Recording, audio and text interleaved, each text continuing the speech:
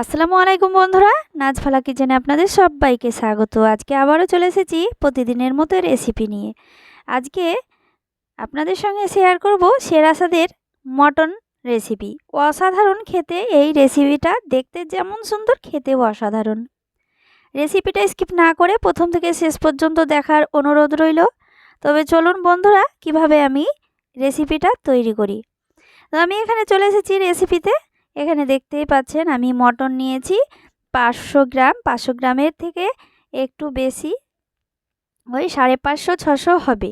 তো বন্ধুরা, এখানে আমি খুব ভালো করে বেছে ধুয়ে পরিষ্কার করে নিয়েছি। এই যে দেখতেই পাচ্ছেন আমি মটনটাকে ভালো করে ধুয়ে নিয়েছি। আর এখানে আমি নিয়েছি মশলা। নিয়েছি তেজপাতা, দারচিনি, লবঙ্গ, গোলমরিচ, এলাচ, রসুন কুচি, আদা কুচি, লঙ্কা, শুকনো লঙ্কা নিয়েছি, আর নিয়েছি পেঁয়াজ কুচি। এই সব মশলা দিয়েই, আর আমি নিয়েছি স্বাদমতো লবণ আর সাদা তেল। এই দিয়েই আমি আজকে আপনাদের সঙ্গে সেরা স্বাদের মটন রেসিপি আপনাদের সঙ্গে শেয়ার করব। চলুন বন্ধুরা, কিভাবে আমি তৈরি করি। তো এখানে আমি একটি কড়াই নিয়েছি। কড়াইয়ে ঢেলে দিচ্ছি মটনগুলোকে আমি এই কড়াইয়ে ঢেলে দিচ্ছি। তো বন্ধুরা, এইভাবে আপনারা এই মটনের রেসিপিটা তৈরি করবেন।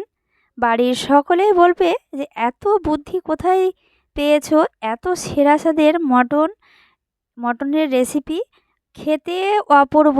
100% বলছি বন্ধুরা, আপনারা এই রেসিপিটা বাড়িতে যদি মটন থাকে তো সঙ্গে সঙ্গে এই রেসিপিটা আপনারা তৈরি করে বাড়ির সকলকে খাওয়াবেন। বাড়ির সকলে বলবে এত স্বাদের রেসিপি কোথা থেকে শিখেছো। তো বন্ধুরা, তো আপনারা এই রেসিপিটা স্কিপ না করে প্রথম থেকে শেষ পর্যন্ত দেখবেন। সেরা স্বাদের মটনের রেসিপিটা একবার দেখলেই শিখে নেবেন, অসাধারণ খেতে হয়। তো আমি প্রথমে মটনগুলো নিয়ে নিলাম একটি কড়াইয়ে। তারপরে আমি মশলাগুলো দিয়ে দিলাম।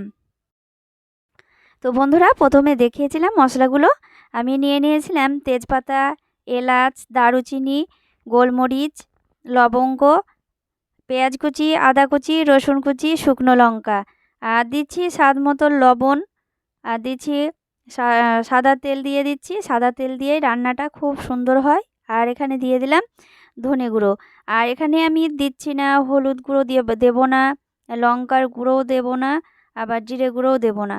আমি এই মশলাগুলো দিয়েই আমি রান্নাটা করে নিচ্ছি। খেতে হয় অপূর্ব, দুর্দান্ত একটি রেসিপি। আপনারা স্কিপ না করে প্রথম থেকে শেষ পর্যন্ত দেখার চেষ্টা করবেন।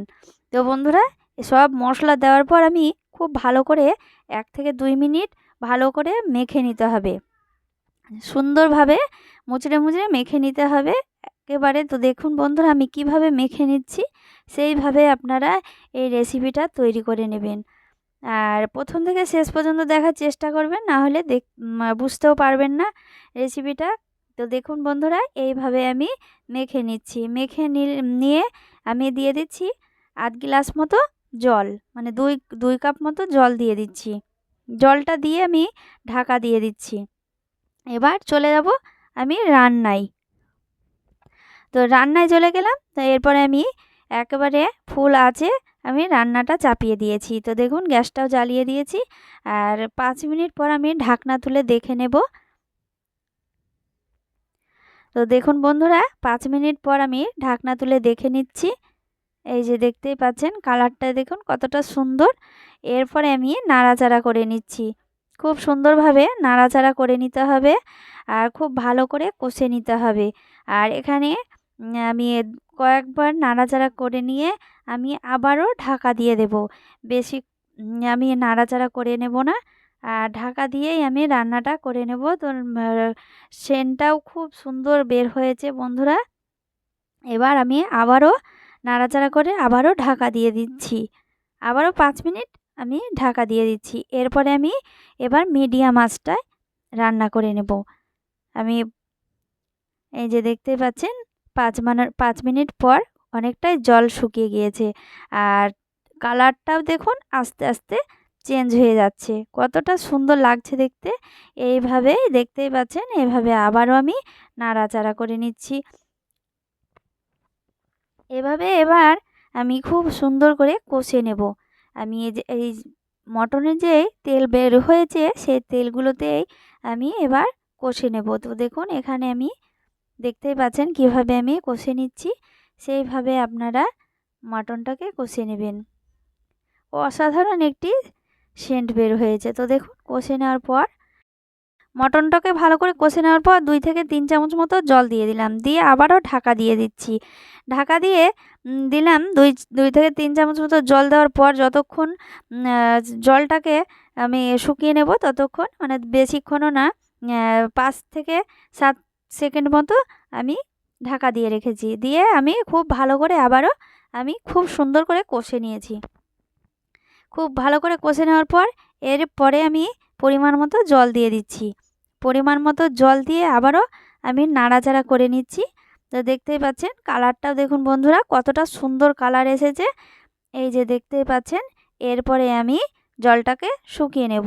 তো হালকা আছে আমি এবার রান্নাটা করে নেব, একেবারে জল শুকিয়ে যাবে। তো দেখতেই পাচ্ছেন এরপরে আমি আবারও ঢাকা দিয়ে দিচ্ছি, একেবারে লো আছে। তো দেখতেই পাচ্ছেন বন্ধুরা, এই যে দেখতেই পাচ্ছেন এইভাবে আমি জলটাকে শুকিয়ে নেব, আর মটনটাও খুব সুন্দরভাবে সেদ্ধ হয়ে যাবে আর কালারটাও পুরোপুরি চলে আসবে। এই যে দেখতেই পাচ্ছেন কতটা সুন্দর কালার এসেছে। এরপরে আমি নামিয়ে নেব। তো বন্ধুরা আপনারা পুরো রেসিপি দেখে আপনারা কমেন্ট করবেন। তো বন্ধুরা অনেকেই আছে পুরো রেসিপি না দেখেই কমেন্ট করে। তো বন্ধুরা আপনারা এইটা করবেন না। তো বন্ধুরা প্রথম থেকে শেষ পর্যন্ত দেখার চেষ্টা করবেন।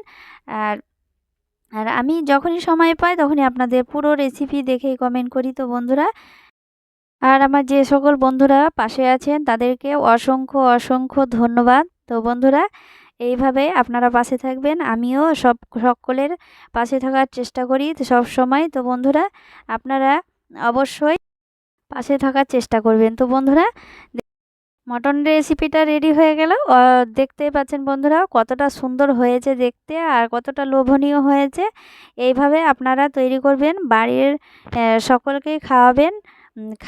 খাওয়ানোর পর আবার আপনার কাছে রিকোয়েস্ট আসবে যে আবার মটনের রেসিপিটা আবার তৈরি করে দাও। তো বন্ধুরা রেসিপিটা ভালো লাগলে অবশ্যই লাইক কমেন্ট শেয়ার করবেন। সবাই ভালো থাকেন, ধন্যবাদ।